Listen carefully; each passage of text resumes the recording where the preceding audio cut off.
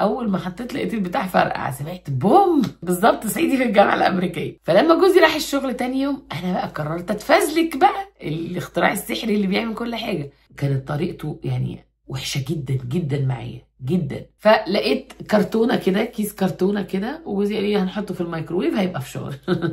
ذاتس انفير يعني، انتوا بتعملوا ايه؟ داز ات ورك ده؟ واشمعنى انا اللي هو الطابور اللي هياخدنا بقى على الطياره خلاص. يا صباح الورد والفل والهنا وكل الحاجات الجميله على عيونكم يا حلوين.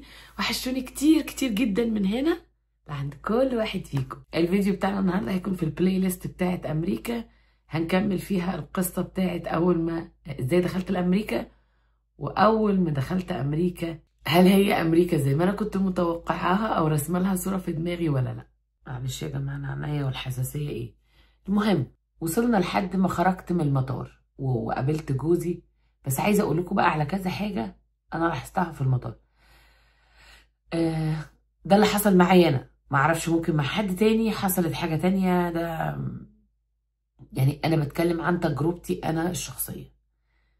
اول ما خرجت، اول ما وصلت نيويورك، الناس تعاملها هناك، الناس اللي هم اللي شغالين السكيورتي واللي هو المسؤول عن الجوازات والحاجات دي، كانوا يعني very very mean. يعني كانوا لئيمين، بصاتهم كان فيها استحقار، طريقتهم مش كويسة. ده تجربتي أنا الشخصية، ممكن حد تاني حصل معاه تجربة تانية أنا معرفش، بتكلم عني أنا. طريقتهم في التعامل وفي السؤال زي ما يكون مش عايز أصلا يدخلك، بس غصب عنه مجبر يدخلك لأن ورقك كله مظبوط.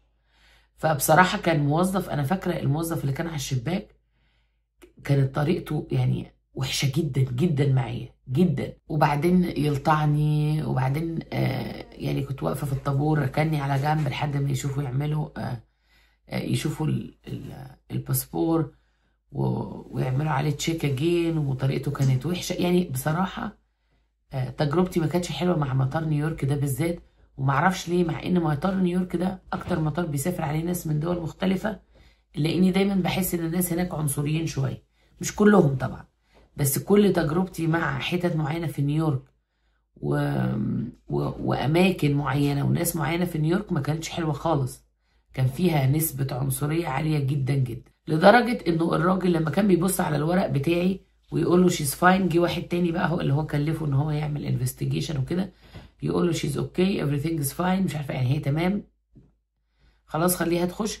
يرجع يقول له نو تشيك اجين، نو دبل تشيك، مش عارفة ايه، نو، ويبعته يعمل حاجات تانية. وانا كل ده واقفة، يعني اولا معطل الطابور، ثانيا وقفني مدة طويلة، ثالثا طريقته كانت وحشة خالص خالص خالص. غير كده كمان من المواقف الغلسة جدا اللي انا ما حبيتهاش برضو، واحنا واقفين في الطابور خلصنا، المفروض حصل سكيورتي تشيك، المفروض حتى جوه امريكا طمنوا من كل حاجة، الشنط اتفتشت، احنا اتفتشنا، كل حاجة تمام وخلاص. في الطابور اللي هو هنعمل فيه بوردنج، اللي هو الطابور اللي هياخدنا بقى على الطيارة خلاص، يقوموا مطلعيني من وسط الناس كلها، لانه الباسبور بتاعي ساعتها مختلف. الباسبور بتاعي كان مصري، فالباسبور مصري لونه مختلف في ايدينا، احنا لازم نبقى ماسكين الباسبورات في ايدينا. يقوموا واخديني، كل طابور وقفت فيه شدوني خرجوني وعملوا تفتيش تاني، ويعملوا تشيك تاني على الورق بصراحه كان was very annoying. يعني كانت حاجه رخمه جدا وتضايق جدا جدا. انا اللي في الاخر انتبهت انه الباسبور، ماسكه الباسبور في ايدي هي اللي مخليه كل واحد يجي من السكيورتي لا معلش اطلعي هنعمل تفتيش تاني، ماشي ده. رحت عامله ايه، رحت جايبه، كان معايا ورقه الطياره اللي قبل كده وكان معايا شويه ورق، رحت حطاه جوه في الورق ومخبياه عشان ما يقعدوش يوجعوا دماغي وكل شويه يطلعوني وتفتيش عشوائي والكلام ده. فاخر مره بقى عملوا الحركه دي انا بقى اتضايقت جدا، قلت لهم يعني انا عايزه افهم، اوريدي احنا خرجنا واتفتشنا وخرجنا اكتر من مره، وكل طابور ولا حته نوقفها يركنونا احنا على جنب، ذاتس انفير يعني، انتوا بتعملوا ايه؟ داز ات ورك ده؟ واشمعنى انا؟ يعني بدات بقى بصراحه اتنرفز واتضايق. فكانت في واحده كويسه جدا هناك عشان برضو الواحد يقول اللي ليه واللي عليه. كانت في واحده كويسه جدا هناك برضو من السكيورتي، شدتني على جنب وقالت لي اي نو الاجراءات دي انا فاهمه، وهم بيعملوها كده، هم بيبقوا اي حد هيخش امريكا عايزين يتلككوا ان هم يلاقوا حاجه عشان ما يدلوش الاوراق بتاعت امريكا ويرجعوه تاني بلده، ملزمين ان احنا نعمل كده. فنصيحه ليكي، حاولي ان انت تخليكي هاديه جدا وما تتنرفزيش ولا تتضايقي ولا تبيني اي حركه انفعال عشان الامور تعدي بسلام. غير كده اي حد هيعمل اتيتيود او هيتضايق شويه او حتى يعني هيتنرفز شويه ممكن يتلككوا لك على حاجه ويقعدوكي مده اطول. فخليكي هاديه، ومهما حصل هي اجراءات وخلاص، وانت خلاص هتخشي. فيعني الموضوع مساله يعني زي ما بنقول كده ايه، تحصيل حاصل. فخليكي هاديه. الكلمتين بتوعها دول خلوني بعد ما كنت متضايقه وحاسه ان ايه العنصريه دي وليه تشدوني من كل الناس. يعني بصراحه كنت متضايقه لانه مش طابور ولا 2 ولا 3، ده انا كل حاجه بعدي منها يشدونا على جنب. وهديت. ودي بقى نصيحه انا بقولها لكم، لانه بعد كده فعلا ناس كتير يعني عندها حق، واول ما بتبدا تظهر الفعل، يعني احنا في بلدنا مثلا ممكن لو حد تقول له طب انت ليه، طب انت مطلعني ليه، او ده مش فير، او انت المفروض ما تعملش كده، ممكن ناخد وندي معاهم في الكلام. بس هناك اي مطار من مطارات امريكا بالذات لازم تكون هادي. حط اعصابك في التلاجة وسمايل، يعني خلي عندك ابتسامة كده، ورد على الاسئلة بمنتهى الهدوء.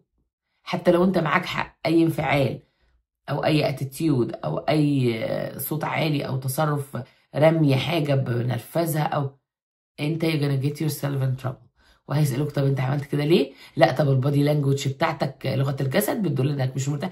قصة هيدخلوك في قصة تانية. فدايما يعني maintain your cool، خليك كده ايه هادي وذا سمايل وخلي عندك صبر. والنصيحة دي مش بس جوه المطارات، النصيحة دي حاول تتبعها على قد ما تقدر بالذات في الأماكن الرسمية ومع الناس الأوفيشالز.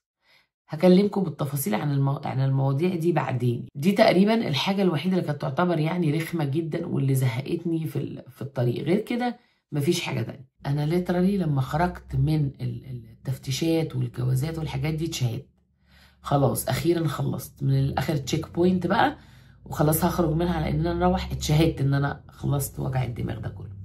بعدين قلت لكم، حكيت لكم أنا طبعا موقف الباركينج والراجل الفلسطيني الله يمسيه بالخير. بعد كده قابلنا جوزي وركبنا وطلعنا على ميريلاند.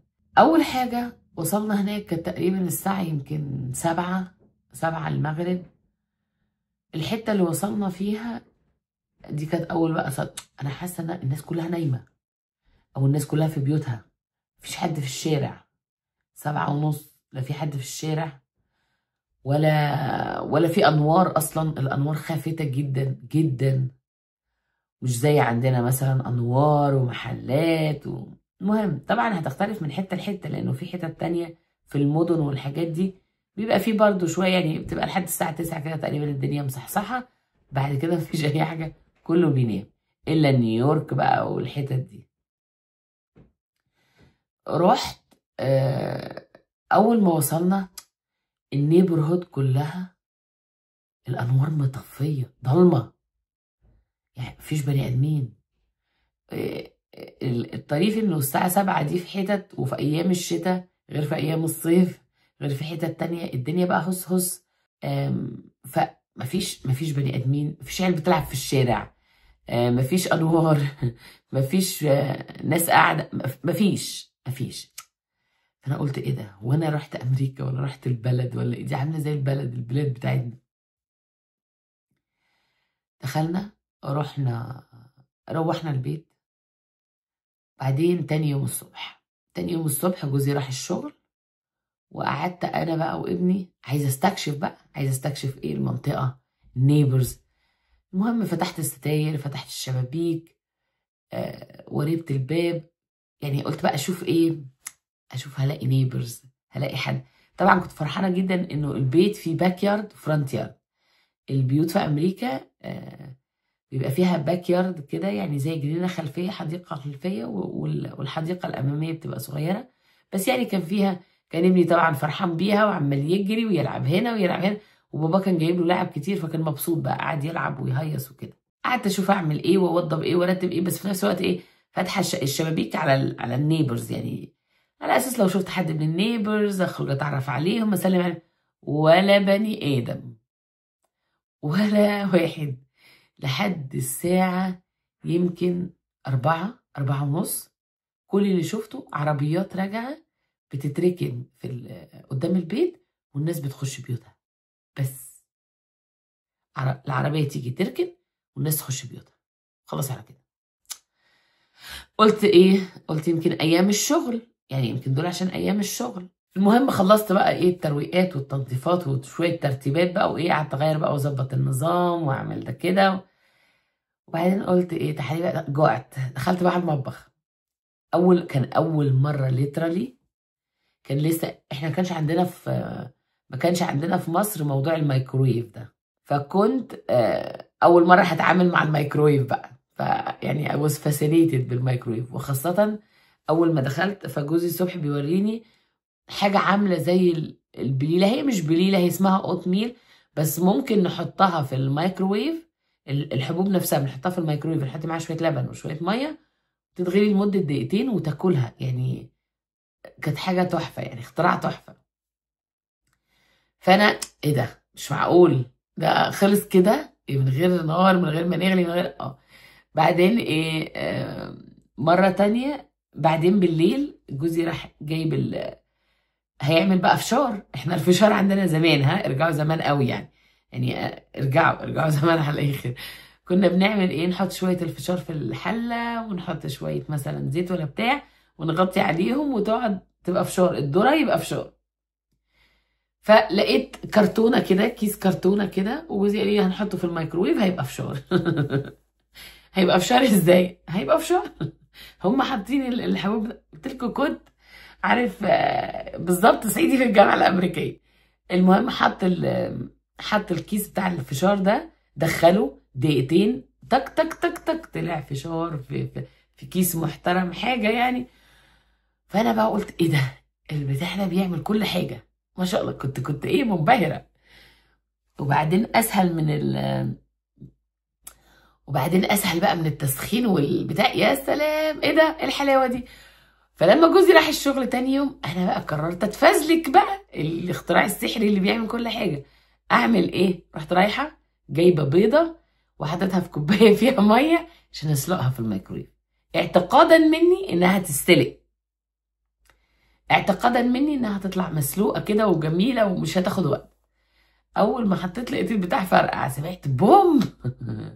جريت، اولا خفت طبعا اكون عملت حاجه، صوت الفرقعه كان عليه. جريت ابص لقيت البيضه اتفرتكت 600 حته. طلعت البيضه والحاجات دي من الضغط، المهم فرقعت، يعني قصه فشل.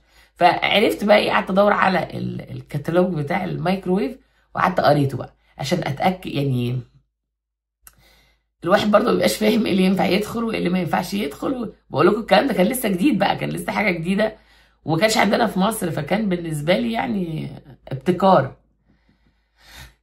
بس قعدت بقى قريت وعرفت ايه اللي يدخل مايكرويف واللي ما يدخلش بس يعني ده كان من الاختراعات الحلوه الجميله الرائعه. اكمل لكم بقى المره الجايه حلوين. هوقف الفيديو على هنا عشان عينيا خلاص الحساسيه تقريبا شبه، يعني اروح اغسل وشي تاني واخد ادويه الحساسيه تاني ونشوف ربنا يسهل. فان شاء الله اشوفكم على خير الفيديو الجاي. نكمل، لا الفيديو الجاي مش عارفه، يعني انا بفكر اعمل لكم ايه، فيديو عادي وفيديو حكاوي الهاوي بتاعت امريكا، فيديو عادي وفيديو حكاوي، مش عارفه لسه هشوف. فاشوفكم على خير ان شاء الله الفيديو الجاي. بحبكم قوي وبقدركم جدا جدا، وشكرا شكرا شكرا على كل الكومنتات الجميله العسل الشربات اللي زيكم. وشكرا على حبايب قلبي اللي دايما بيدعموني ودايما في ظهري. انا بحبكم كتير قوي قوي قوي، واشوفكم على خير ان شاء الله الفيديو الجاي. باي.